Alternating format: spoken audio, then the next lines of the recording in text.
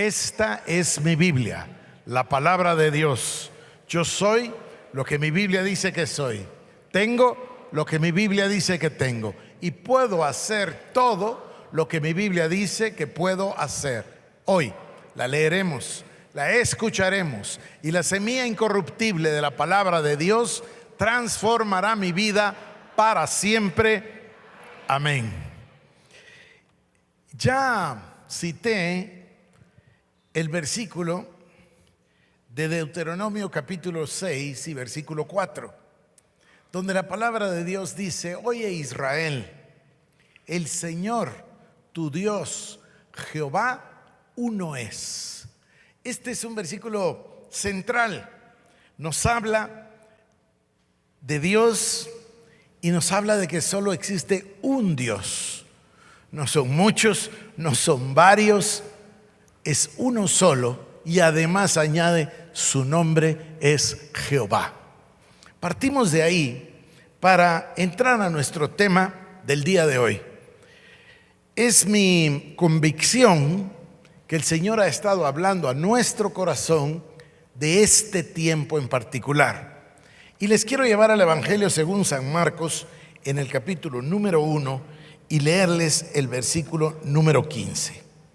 Dice así, voy a leer si quieren desde el 14. Después que Juan fue encarcelado, Jesús vino a Galilea predicando el Evangelio del reino de Dios.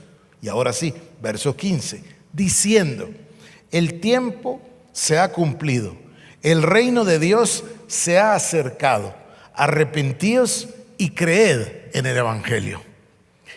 El pastor Solares mencionó también el tema de la reforma. Mencionó incluso las 5 solas. El tiempo de la reforma es tan significativo porque la iglesia se había desviado después de 1500 años de existencia, poco más, un poco menos, 15 siglos, y la iglesia se había desviado de la palabra de Dios. Por eso la importancia tan grande sobre esas 5 solas que comienzan con la primera que dice: sola escritura. Solo la palabra. La palabra es la autoridad, la palabra es la suprema autoridad, y vivimos, decía Martín Lutero, toda la iglesia debe ser guiada por la palabra. Y lo corregía Ulrico Zwingli diciendo: toda la sociedad debe ser regida por la palabra. Y los corregía los dos Juan Calvino diciendo: todo el universo está regido por la palabra. ¿Se acuerdan de aquella frase extraordinaria de Abraham Kuyper que dice: no existe una sola pulgada cuadrada en todo el universo donde el Señor Jesucristo no reclame diciendo: mío, mío, mío, porque Él es el creador, el todopoderoso? Entonces la iglesia había caminado en una dirección, voy a decir, incorrecta, y hubo necesidad de una reforma. Yo les hablé de un autor que hablaba o escribía acerca de que en realidad hemos tenido muchas reformas. Lo que pasa, decía él, es que las reformas han sido con R minúscula comparadas con la reforma protestante del siglo XVI, que fue tan grande y tan fuerte. Pero sí, tiene razón. Ha habido necesidad de reformas, ha habido necesidad de acuerdos, ha habido necesidad de concilios, incluso cuando se llegaron a conocer Pedro el apóstol con Pablo el apóstol y los demás para poder tomar decisiones. ¿Qué pasa? Se habían empezado a salvar los gentiles y estaban todos asustados. Necesitaron reunirse, necesitaron oír a Dios y necesitaron emprender un camino. Ha habido muchas reformas de esas, no es una novedad. Y yo creo que Dios está permitiéndonos a nosotros, 500 años después de la reforma protestante de Martín Lutero y Juan Calvino, etcétera, recapacitar y poder darnos cuenta de cuáles han sido los errores nuestros, cuál ha sido la desviación nuestra y la necesidad de retornar a un camino que verdaderamente nos pueda proveer de la esperanza de una transformación. Porque no puede ser entonces que en otras partes haya venido la palabra de Dios y haya cambiado la vida del matrimonio, la vida de la familia, la vida comercial, la vida social, incluso la vida política, etcétera, y que nosotros vivamos aumentando el número de creyentes, pero sin verdaderamente provocar una diferencia o un cambio. Yo he estado leyendo, como ustedes lo saben, y estudiando este tema, y entonces me doy cuenta de decisiones que aparentan ser pequeñas, pero que en realidad eran tan profundas. Tanto Lutero en la Universidad de Wittenberg, como Calvino, que funda la academia que después es la Universidad de Ginebra, como los demás, todos ellos tienen una claridad de que la educación es imprescindible para tener una reforma. Al punto que Lutero decía, reforma es universidad, sin universidad no hay reforma. Así decía Martín Lutero. Cuando le preguntaron a quién quería educar, él lo tenía en la punta de la lengua. Contestó a dos tipos de personas: quiero dos estudiantes, unos que estudien para ser ministros del Evangelio y otros que estudien para ser los servidores de la patria. Es decir, los funcionarios. Dice, ¿de qué está hablando? Estamos hablando de abogados, decía. Si hacemos abogados que tengan el temor de Dios, vamos a tener un futuro distinto. Mire, es una cosa muy simple, pero es muy real, ¿no? El día de hoy es tan real como hace 500 años. Eran decisiones que se tomaron que a la larga vinieron a aportar un sistema social justo y, por supuesto, de beneficio para los habitantes de cada uno de estos países. Yo les he contado de una anécdota de Juan Calvino, donde llega la gente a quejarse y le dice, mira, esto no es justo, yo soy el carnicero y mira lo que gano, él es el lechero y mira lo que gana, él es el, yo qué sé, otro nombre, panadero, y en cambio el banquero gana más que todos nosotros. Entonces lo llamó a todos y los sentó en una mesa y entonces dijo, me han traído este problema, y ahí estaban sentados los banqueros, y entonces dijo, ¿cuánto por ciento ganas? Y uno dijo 5, y el otro 4, y el otro 6, 3, 2, 4. Entonces tomó todos los números, y los banqueros no hablaron, y sacó el promedio y dijo, en promedio ganan 4%. Entonces ustedes, señores, cobren 4% de interés. Y a partir de ahí creció el sistema bancario suizo, que no necesito decirles que es el más grande del mundo, ¿verdad? Esta costumbre del 4% se terminó hace apenas 17, 18 años con el tema del euro y todo eso. Pero este sistema duró siglos. ¿Por qué? Porque era un sistema más justo, porque era un sistema que beneficiaba a la sociedad. De esas podría contarles muchísimas historias y muchísimos elementos que he llegado a ver que son los que al final transformaron a las personas. Pero hay una clave. Y la clave es la educación. Ahora, antes de eso, les voy a hablar de otro tema. Jesucristo en el Evangelio según San Marcos, en el capítulo número 1, en el versículo número 15, acabo de leérselos, dijo lo siguiente hablando del reino. Dijo, el tiempo se ha cumplido.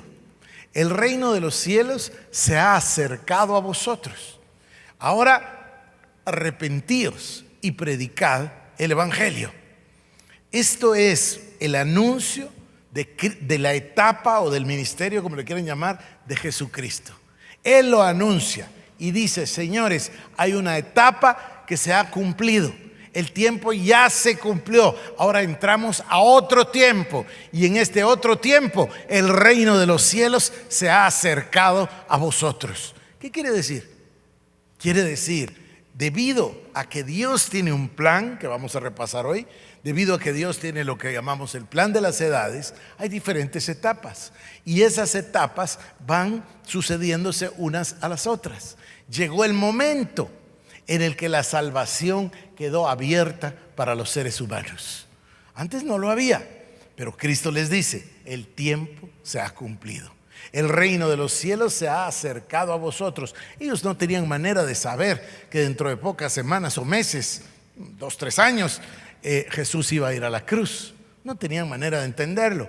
Posiblemente no tenían la capacidad, como no lo hubiésemos tenido nosotros, de imaginar semejante sacrificio, ir a la cruz del Calvario con el objetivo de llevar los pecados de toda la humanidad para abrir las puertas de la salvación eterna. Ellos seguramente que en ese momento no podían ver la magnitud de lo que Cristo estaba hablando. Voy a repasar con ustedes este plan de las edades. Dios tiene una multiplicidad de nombres en la Biblia que describen, que dan descripciones parciales de su persona y de su personalidad. Y uno de estos nombres es el Olam. Y el Olam significa el eterno. ¿Por qué? Porque Él es eterno. Bien dice la palabra que Él era, es y seguirá siendo. Dios no tiene principio, Dios no tiene final, Él es. Cuando Moisés le pregunta, ¿qué hago? Me van a decir, ¿quién te manda para sacarlos de Egipto? Diles que yo soy, te manda. El gran yo soy.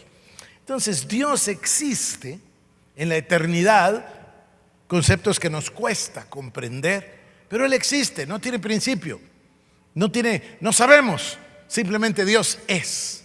Y un día decide involucrar un elemento que es irrelevante para Él, pero que para nosotros es una estructura de vida, que se llama el tiempo. Entonces, nos da la claridad cuando dice el primer versículo de la Biblia, en el principio Dios. En el principio no de Dios, Él ya estaba, en el principio nuestro. Y por eso yo le llamo un paréntesis, el paréntesis de tiempo, porque ahí con esta expresión, en el principio Dios creó los cielos y la tierra, entonces entendemos que se abrió una dimensión que incluye el elemento tiempo. Para nosotros es literalmente imposible eliminar de nuestras mentes y de nuestras vidas el elemento tiempo. Aún en nuestro lenguaje hablamos de esta manera. Fíjense que ayer pasó tal cosa. Fíjense que mañana lunes, fíjense que el 31, fíjense que yo nací el día de, etcétera. Para nosotros el tiempo es vital. No podríamos vivir sin tiempo y espacio. Dios vivía sin tiempo y va a volver a hacerlo. Y nosotros vamos a vivir con Él, por cierto, por los siglos de los siglos. Entonces, se abre ese paréntesis y Dios crea no solamente al ser humano, sino todas las cosas, la creación. 7 días.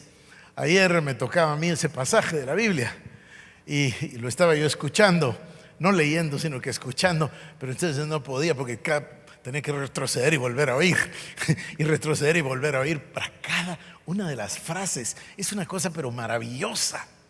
En una de ellas dice que la tierra estaba desordenada y vacía y las tinieblas estaban sobre la faz de las aguas.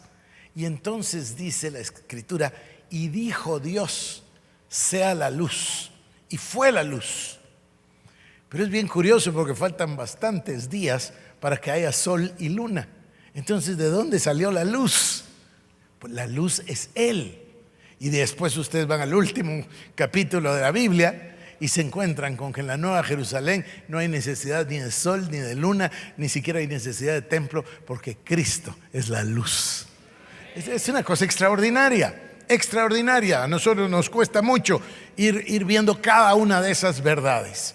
Pero entonces, el Señor, en esa semana, en esos 7 días, incluyendo el descanso, crea toda esta maravilla que nosotros llamamos el reino vegetal, el reino animal, los seres humanos, todas las cosas que vemos que son extraordinarias y maravillosas. Y luego Dios decide crear el matrimonio, Adán y Eva. Y Dios decide que tengan hijos y luego sigue avanzando, pero por supuesto entra el pecado. Esto no es que se le escapó a Dios de las manos. A Dios nada se le escapa de las manos. En el plan divino esto iba a suceder. Hay una razón, más adelante la voy a compartir. Y entra el pecado, y con el pecado entra el plan, en Génesis capítulo 3, versículo número 15, el plan de Dios de la redención. Va Dios a sacar de la simiente de la mujer a su propio hijo, y este va a destruir la cabeza de la serpiente, recuerdan ustedes. Entonces, da de una vez el Señor, en el capítulo número 3, versículo 15, apenas 3 versículos de la Biblia, y Dios nos comparte el plan de redención. Luego viene el momento en el cual Dios planifica cómo lo va a hacer y llama a un hombre que se llama Abraham con una señora que se llama Sara y que no tienen hijos y que naturalmente no pueden tenerlos. Se necesita una intervención divina, se necesita un milagro. No me voy a tardar tanto como para, no puedo tardarme darles tantos detalles, pero ustedes saben perfectamente el nacimiento totalmente sobrenatural de Isaac. También saben de Ismael, etc. Pero Dios saca de Abraham, de los lomos de Abraham, un pueblo. Y nace el pueblo hebreo, nace el pueblo de Israel. Y Dios crea su propio pueblo y les da unas normas 100% diferentes que a todos los demás pueblos. Y los hace depender. Yo me acuerdo que pasé años, no años, pero muchos meses predicando este concepto. Todos los pueblos de la tierra tienen una visión, todos. Y esa visión es, voy a decirlo de esta manera, óptica, una visión. En cambio a Israel, el Señor le dice desde el principio: te es prohibido tener imágenes. Tú no puedes tener imágenes ni de lo que está arriba en los cielos, ni de lo que está en la tierra, ni de lo que está debajo de la tierra. Tú solo puedes tener una cosa y es la palabra. Así que si todos los pueblos dependen de los ojos, por decirlo así, de una visión, ellos tienen que depender de una palabra. Auditivo, no visual. Diferente que todos los demás. Todos tenían sus dioses, todos tenían sus ídolos, perdón, todos tenían sus estatuas. Israel no. Israel lo que tenía era la voz de Dios, la palabra de Dios. Toma su pueblo, genera su pueblo, que ustedes tienen que entender. A veces nosotros, en nuestro afán por el yo, queremos que todo sea perfecto para el yo y se nos olvida el trato de Dios. Lean la historia de Israel y se van a dar cuenta que no fueron años de felicidad que no se terminaban nunca, sino que había que entrenar a ese pueblo, había que sacarle el pecado de dentro, había que doblarle la cerviz, etcétera, etcétera, etcétera. Y luego Dios los saca a la libertad. Recuerdan, por supuesto, ustedes a Moisés, a Josué, etcétera. ¿Y para qué quería Dios ese pueblo?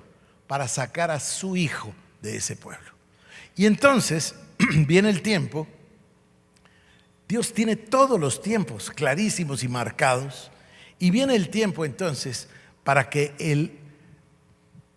Dios, porque el verbo es Dios y el verbo era Dios y el verbo estaba con Dios cuando se crearon todas las cosas, y sin el verbo nada de lo que fue hecho hubiese sido. Cristo es Dios y Él se encarna para nacer como un ser humano, para vivir como un ser humano y para enseñarnos cómo debe ser un ser humano que tiene a Cristo en su corazón. Entonces la venida de Cristo, y aquí es donde estoy, capítulo 1, versículo 15 del Evangelio según San Marcos. El Señor anuncia y dice: el tiempo se ha cumplido, el reino de los cielos se ha acercado a vosotros. ¿Qué nos toca? Arrepentirnos y creer en el Evangelio. Y en esta fase se abre entonces el Evangelio vivo, demostrado por Cristo, pero no solo demostrado por Cristo, demostrado también por sus discípulos. Nos enseña el contenido y nos enseña la técnica. Si ustedes lo ven bien, el Señor Jesús va, los lleva, ora, les enseña cómo se ora. Luego llega y sana a un paralítico, o sana a un ciego, o sana a un sordo. Luego se voltea y los pone a ellos a que lo hagan. A esto le llamamos discipulado. Y ellos van y aprenden. Un día van caminando por Antioquia y la gente los mira y dice: estos son cristianos. ¿Por qué? Porque son cristitos, son como aquel, el Cristo. Es decir, nos enseñó el contenido y nos enseñó la forma. Y no solo eso, sino que en el contenido hay un contenido moral, hay un contenido ético, Hay un contenido, por supuesto, de autoridad, hay un contenido espiritual. Cuando vemos el Evangelio del Señor Jesucristo contiene todo en esas enseñanzas a su grupo de discípulos. Cuando Él los entrena, Él sabe perfectamente que se va a ir. Él sabe que tiene que ir a la cruz, Él sabe que tiene que morir, Él sabe que ese cuerpo natural se va a quedar y Él sabe que regresará con el Padre y Él sabe que los va a dejar a esos 12 y a esos 70 y a esos 120 y a esos 500. Él lo sabe perfectamente. Entonces Él tiene que discipularlos de manera de saber que ellos van a poder hacer la obra. Y miren, ¿qué obra? Que no dejó libros, que no dejó una escuela, que no dejó ni siquiera un templo, una casa, una iglesia, pero lo dejó en el corazón de ellos, que hoy, 2000 años después, aquí estamos predicando el mismo evangelio. Entonces tenemos claridad de cuál es el método. Tenemos una plena comprensión del contenido.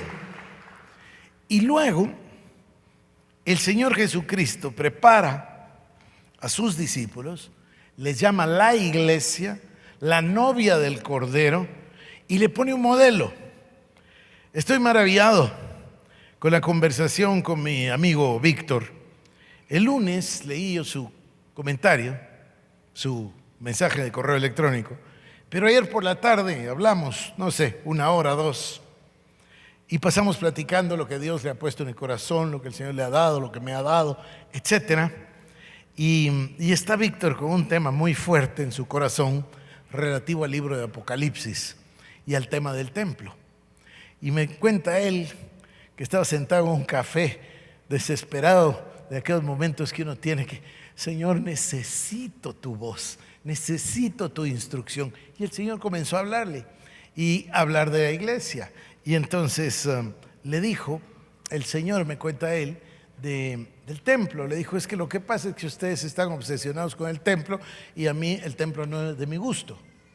Entonces dice que él se quedó anonadado. Dijo, Señor, pero si yo desde el día que nací estaba en el templo, me dedicaron en el templo, prediqué en el templo, mi papá murió predicando en el templo. Señor, yo lo he visto. Y lo mandó a leer Apocalipsis y dice que lo leyó ahí mismo en el restaurante tomando café, hasta el final del capítulo 21 y 22, donde dice, y en la Nueva Jerusalén no hay necesidad de templo, porque el Señor es el templo, el Señor es la luz. Entonces, hemos estado nosotros invirtiendo en el lugar equivocado. A eso me refería con una desconexión entre la cabeza y el corazón. A veces, por ignorancia, por absoluta ignorancia y sencillez, se predica un evangelio que realmente ni transforma ni ayuda. Eso nos pasa a nosotros por el nivel socioeconómico de nuestro país. Si nosotros vamos a ciertos lugares, y además en ciertos municipios, en ciertas aldeas y comunidades, se predica encima de que no hay ni libros, ni estudios, ni escuela, ni hay nada. Encima hacen servicio todas las noches. Entonces el pobre pastor está exhausto. Aparte tampoco hay dinero. Entonces él también tiene que trabajar igual que todos los demás. Entonces lo que llega a la mente de las personas, perdonen mi grosería, es entre 0 y nada. Es muy poco. Eso en el tema del corazón, en el tema de la mente. Pero en otras cosas se ve tan pobre también el tema del corazón. En el tema del corazón, en el tema de los dones, qué alegría tirarse al piso y dar 3 vueltas y reírse un rato. Pero eso no es sinónimo de compasión, ni de saber perdonar, ni de limpiar el alma, ni de entrenar el alma para servir a Cristo.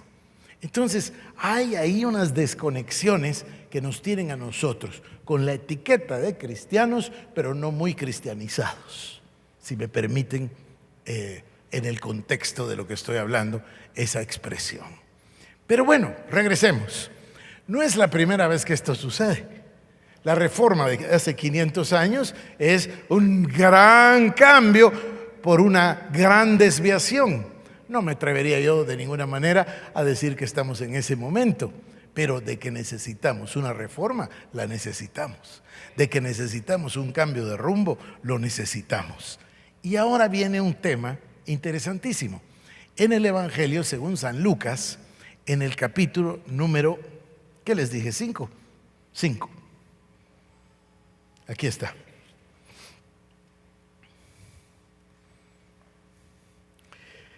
En el capítulo 5, versículo número 30, Evangelio según San Lucas, el Señor Jesús les dijo también una parábola.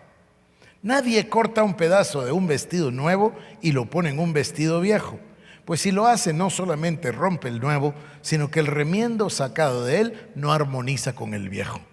Y nadie echa vino nuevo en odres viejos. De otra manera el vino nuevo romperá los odres y se derramará el vino y los odres se perderán.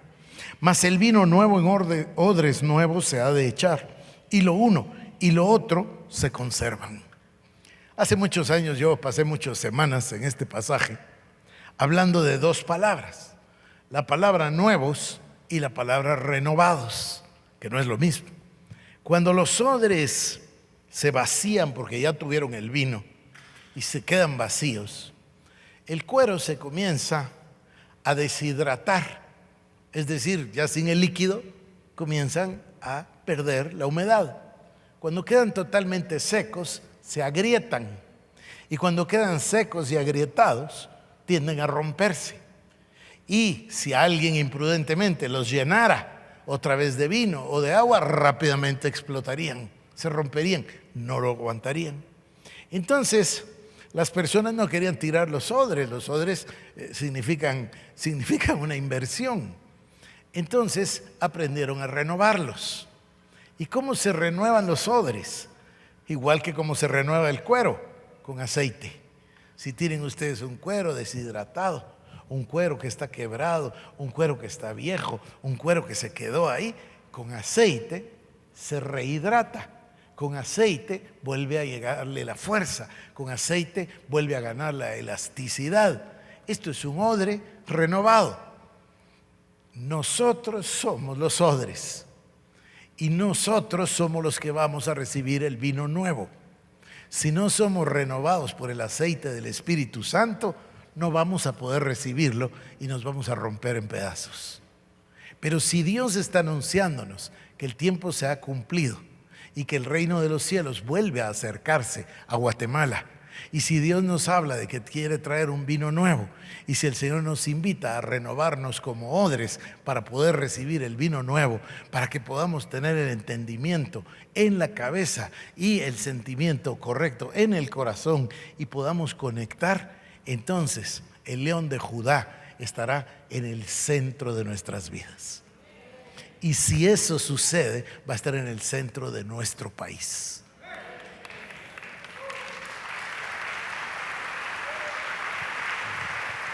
Y eso nos llena de esperanza.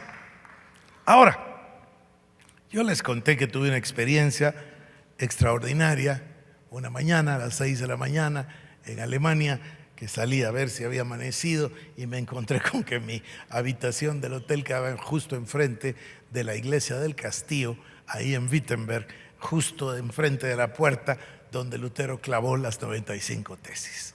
Bueno, para mí fue una cosa extraordinaria, así que rápidamente me vestí y me bajé a las 6 de la mañana para ir a orar.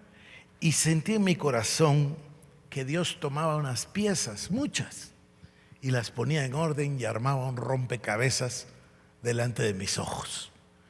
No voy a decirles que fue una revelación y que muchas cosas nuevas me dijo, la verdad que no, pero las puso todas juntas y entendí lo que Dios había hecho con nosotros y entendí lo que está esperando de nosotros.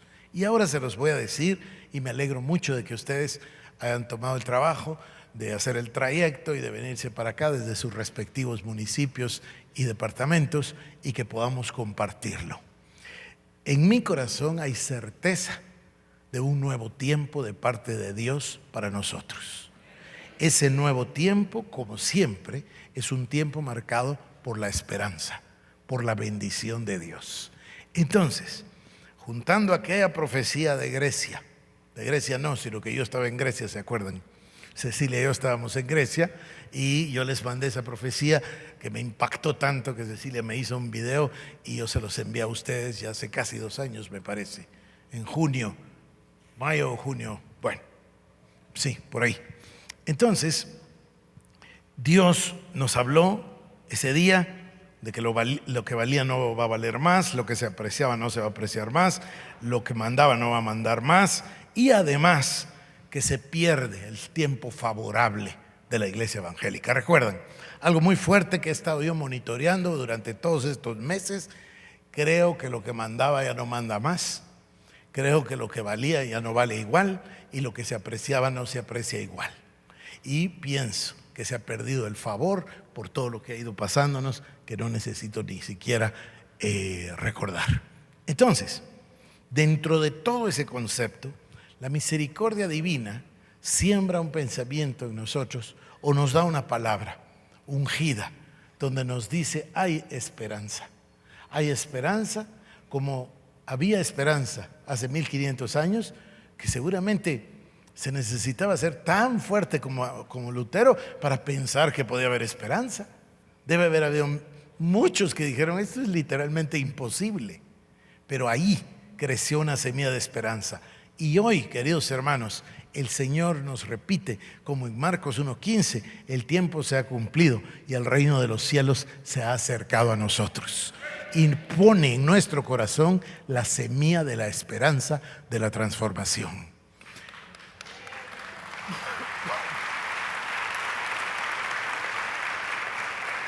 Pero no solo eso, sino que el Señor nos da un método. Ninguna novedad, ¿verdad? Está en la Biblia. Un contenido y una forma, un método. ¿Cuál es el método divino? El método divino es la palabra y el discipulado. No hay otra cosa. Es exactamente lo mismo si nos ponemos a pensar en Moisés y nos ponemos a pensar en Josué, o si nos ponemos a pensar en Abraham o en Isaac o en Jacob, etcétera. Es el mismo principio cuando nosotros vemos a los apóstoles. Y es el mismo principio. Yo le contaba a Ana María esta semana que había conseguido un libro sobre la predicación de la palabra escrito por Irineo. Entonces me preguntaba Ana María, ¿quién es Irineo? Y digo, Irineo y Policarpo eran 2 discípulos de Juan. Y entonces se me ocurrió contarle la anécdota. Le digo, ¿tú te imaginas que ellos estaban en Patmos cuando Juan recibió la profecía del Apocalipsis? Ellos estaban con él. Es una cosa extraordinaria. ¿Por qué? Porque ese es el principio divino. Jesús tuvo un discípulo que se llamaba Juan, pero Juan tuvo un discípulo que se llamaba Policarpo, y Policarpo seguro que tuvo otro discípulo, y así vamos a llegar hasta el día de hoy, ¿no es cierto? Entonces, el método es el discipulado. Ese es el método. Tiene que haber una conexión entre el corazón y la mente. Tiene que haber un cambio. El tema de la educación es un tema verdaderamente importante. Yo no había notado esto. Llego a Harvard en el año 2004. Me encuentro con unas personas muy creyentes, pero que no conocían a Cristo. ¿Es esto una contradicción? No, actuaban como creyentes. Pero ya a la hora de hablar de ser nacido de nuevo y todo, cero. Entonces yo estaba confuso. Entonces aprendí que la herencia tan fuerte seguía pasando los valores que al final son bíblicos porque provenían de los puritanos y de la fundación del país, los seguían pasando de generación en generación, aunque ya Cristo, como nosotros le conocemos, nacer de nuevo, el nuevo nacimiento, el bautismo del Espíritu Santo, eso no había. Ya no había, incluso lo negaban. Si les contara una historia, pero no se les voy a contar porque me da vergüenza. Mejor si se las voy a contar. Fíjense ustedes que yo conocí una profesora, una señora, pero extraordinaria, maravillosa, divina la señora. Esta señora es la primera que tuvo la idea de que Cristo debía funcionar 7 días a la semana. Y entonces escribió un libro y se llama el libro Cristo de lunes a domingo. Y entonces el libro le cayó en las manos a Pedro Wagner. Saben quién era Peter Wagner, ¿verdad? Ya falleció, pero ustedes saben quién era. Y Pedro leyó el libro de Linda Linda Nash, y al leer el libro comenzó todo ese movimiento de Cristo en el mercado. O sea que fue ella. Y ella daba clases en la escuela de negocios y nos gustaba muchísimo platicar. 2, 3 veces tuvimos la oportunidad de ir a tomar café e intercambiar. Solo que se me olvidó por qué les estoy contando esto. Ya me acordé. Y entonces en una de las ocasiones me dijo, hablamos de Guatemala, hablamos del Shaddai, hablamos de todo. Y entonces me dijo, mira, y ya estás predicando en la iglesia, porque en Harvard hay una plaza y está la iglesia, que es parte importantísimo, como que ustedes llaman cuadrángulo. Hay clases de un lado, dormitorios del otro, biblioteca de este y la iglesia de aquel lado. Entonces me dice, ¿y tú ya fuiste a predicar a la iglesia?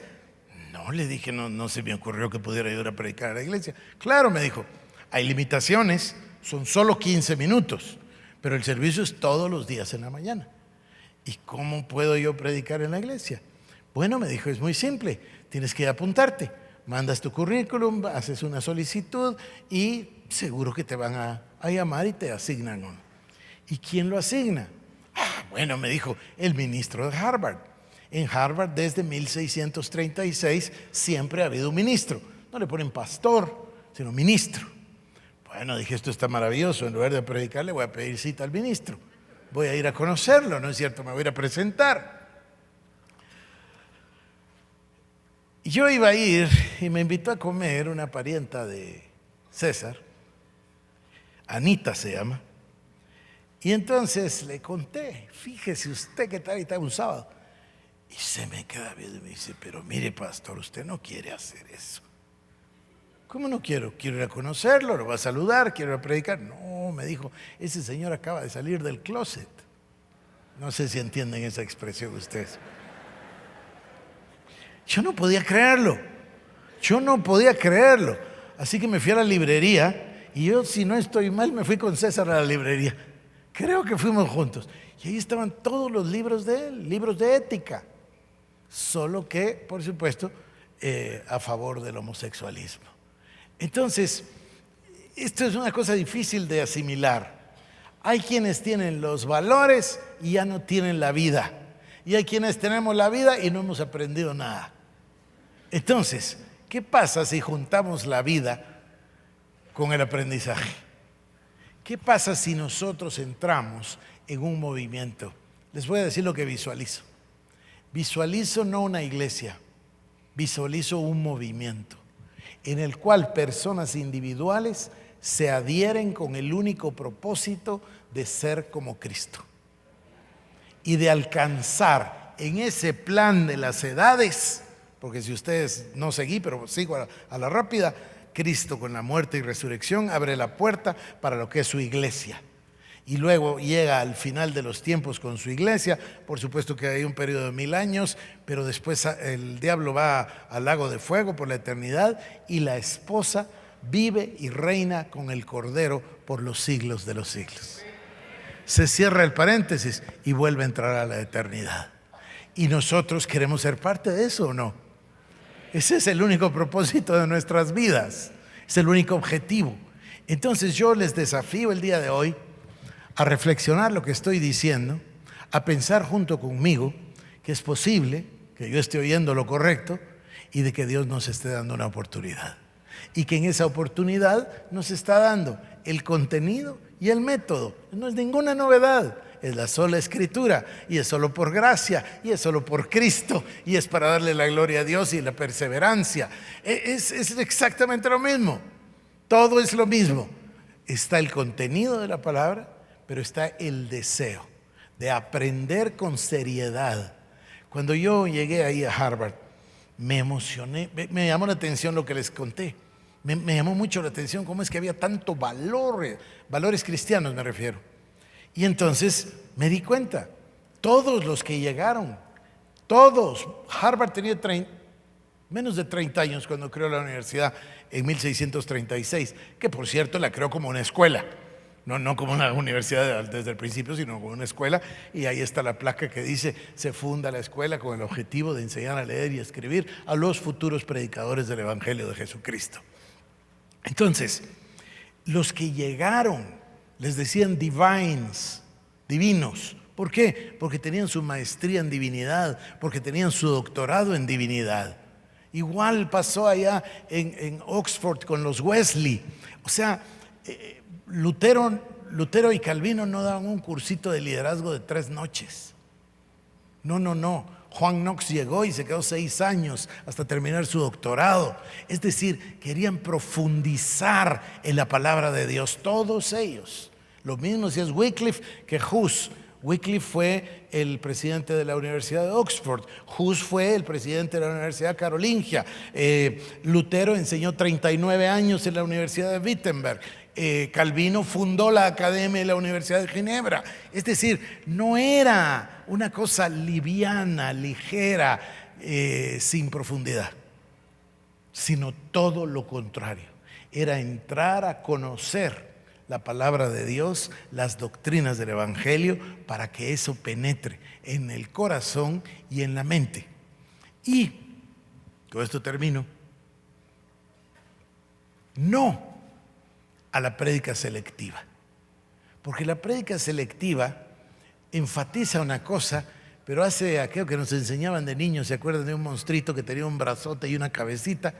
¿Se recuerdan de eso? Pues no, eso es. Entonces, mucho de tal tema, pero cero de lo demás. Las personas no conocen las doctrinas básicas. Las personas no conocen la teología sistemática. Las personas son muy ignorantes cuando se entra ya a los principios de fondo, simple y sencillamente como la Trinidad, por ejemplo. Entonces, es imperativo que usemos lo que tenemos. Yo llamé a Luis Lemus y a Juan Fernando Lemus antes de irme en diciembre y los senté ahí. Uno maneja medios, ustedes saben, y el otro maneja la radio. Entonces los senté y les dije: les tengo una tarea maravillosa, una tarea para este mes.